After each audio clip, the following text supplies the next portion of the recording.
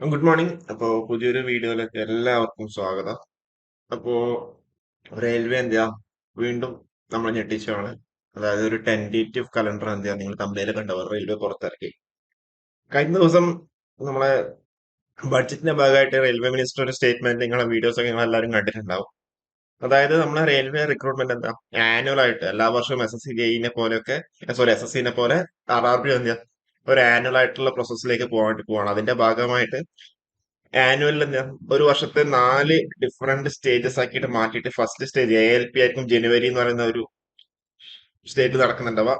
പിന്നെ ടെക്നിക്കൽ എന്ന് പറഞ്ഞ ഏപ്രിലും NTPC ജൂണിലും ഗ്രൂപ്പ് ഡി ഒക്ടോബറിലും എന്നുള്ള രീതിയിലാണ് പറഞ്ഞത്. അപ്പോ ടെക്നിക്കൽ എന്ന് പറഞ്ഞിട്ടാണ് ഏപ്രിൽ എന്ന് പറഞ്ഞത്. അപ്പൊ നമ്മൾ വിചാരിച്ചേ RRB JE ഒക്കെ ആ ഒരു കാറ്റഗറിയിൽ പെടുത്തിയിട്ട് ഏപ്രിൽ നോട്ടിഫിക്കേഷൻ വരുന്ന രീതിയിലാണ് വന്നേക്കുന്നത്. പക്ഷെ നമ്മളുടെ ഒഫീഷ്യൽ സൈറ്റിൽ എന്താ കലണ്ടർ വന്നിട്ടുണ്ട്, നമുക്കത് നോക്കാം. അപ്പോൾ annual current for RRB recruitments period ജനുവരി തൊട്ട് മാർച്ച് വരെ ALP മാത്രം. April May June technicians. അപ്പോ നമ്മള് റെയിൽവേ മിനിസ്റ്ററിന്റെ ആ വീഡിയോയിൽ ടെക്നിക്കൽ എന്നാണ് പറഞ്ഞിട്ടുണ്ടായിരുന്നത്. ടെക്നിക്കൽ നമ്മൾ വിചാരിച്ച ജെഇയും കൂടി ആ ഒരു കാറ്റഗറിയിൽ പെടുന്നതാണ് നമ്മൾ വിചാരിച്ചേക്കുന്നത്. പക്ഷെ ജെഇ ആ ഒരു കാറ്റഗറിയിൽ അവർ ഇൻക്ലൂഡ് ചെയ്തിട്ടില്ല.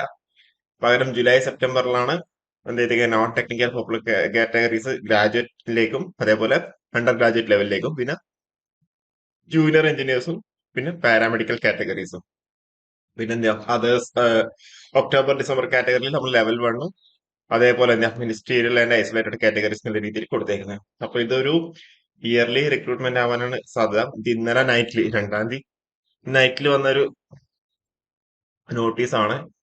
ഓക്കെ. അപ്പോ junior engineer notification July August September എന്ന് പറയുന്ന ഒരു പീരീഡിലായിരിക്കും വരുന്നുണ്ടാവും. അതായത് പുതിയൊരു സർക്കാർ അധികാരത്തിലെത്തിയതിനു ശേഷമായിരിക്കും എന്താ ഈ ഒരു notification junior engineer notification most probably വരുന്നുണ്ട്. കാരണം വെച്ചാല് നിങ്ങൾക്കറിയാം ഫെബ്രുവരി മാസം ഒക്കെ ആകുമ്പോഴത്തേക്കും അവരുടെ ഇലക്ഷൻ പ്രഖ്യാപിച്ചു കഴിഞ്ഞാൽ ഫെബ്രുവരി ലാസ്റ്റ് മാർച്ച് ആയിട്ടൊക്കെ ഇലക്ഷൻ പ്രഖ്യാപിച്ചു കഴിഞ്ഞാൽ ഈ നോട്ടിഫിക്കേഷൻ ആർക്കാൻ വേണ്ടി പറ്റുന്നുണ്ടാവില്ല. മേ ബി അതുകൊണ്ടായിരിക്കും എന്തെങ്കിലും ഈ ഒരു രീതിയിലേക്ക് പോയിട്ടുണ്ടാവുക. അപ്പൊ പുതിയൊരു സർക്കാർ നിലവിൽ വന്ന ഉടനെ തന്നെ എന്താ ഫസ്റ്റ് ചെയ്യുന്ന ജെഇയുടെ നോട്ടിഫിക്കേഷൻ ആയിരിക്കും ഉണ്ടാവുക തോന്നുന്നത്. ഓക്കെ. അതുകൂടാണ്ട് നിങ്ങൾ ഇതിപ്പം ശ്രദ്ധിക്കേണ്ട കാര്യം ജെഇയുടെ നോട്ടിഫിക്കേഷൻ വന്നില്ല എന്ന് വിചാരിച്ചിട്ട് നിങ്ങൾ പ്രിപ്പറേഷൻ ഒരിക്കലും നിർത്തരുത്. കാരണം വെച്ചാലും ജൂലൈ മാസം എന്തായാലും നോട്ടിഫിക്കേഷൻ വരുന്നുണ്ടാവും എന്തായാലും. എന്നുവെച്ചാൽ റെയിൽവേ പറഞ്ഞതുപോലെ ചെയ്യുന്നുണ്ടല്ലേ. നോട്ടിഫിക്കേഷൻ വന്നു, ടെക്നീഷ്യൻ നോട്ടിഫിക്കേഷൻ വന്നു അല്ലെ. അപ്പോൾ ജെഇയുടെ നോട്ടിഫിക്കേഷൻ വരും. നോട്ടിഫിക്കേഷൻ വന്നിട്ട് പഠിക്കാന്ന് വെച്ചാൽ നിങ്ങൾക്ക് അവിടെ സ്വാഭാവികമായിട്ട് സമയം നഷ്ടപ്പെടുന്നുണ്ടാവും. അതേപോലെ നിങ്ങൾക്ക് വേണമെങ്കിൽ ALPക്ക് നിങ്ങൾ അപ്ലൈ ചെയ്തിട്ടുണ്ടെങ്കിൽ നിങ്ങൾക്ക് ALPക്ക് അപ്ലൈ ചെയ്യാം. കാരണം എന്താണെന്ന് വെച്ചാൽ ടയർ 1ന്റെ സിലബസ് ഒക്കെ ഓൾമോസ്റ്റ് സെയിം ആണ്. പിന്നെ ടയർ 2 CBT 2 പാർട്ട് എയും പാർട്ട് ബി ഉണ്ട്. പാർട്ട് എന്റെ സിലബസ് ഓൾമോസ്റ്റ് സെയിം ആണ്. പാർട്ട് ബിയിൽ ടെക്നിക്കൽ മാത്രമേ ഉള്ളൂ. ടെക്നിക്കലില് അതെന്താ ജസ്റ്റ് ക്വാളിഫയിങ് നേച്ചർ ആണ് അല്ലെ. അപ്പോൾ നിങ്ങൾക്ക് ALPയും കൂടി കുറച്ചും കൂടി ഒന്ന് കോൺസെൻട്രേറ്റ് ചെയ്യാൻ നിങ്ങൾക്ക് അവിടെ സമയമുണ്ട്.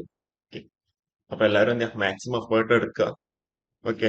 അപ്പോൾ ഇതിന്റെ കൂടുതൽ വീഡിയോസ് ആയിട്ട് നമുക്ക് വീണ്ടും കാണാം. ഓക്കെ. Okay, thank you.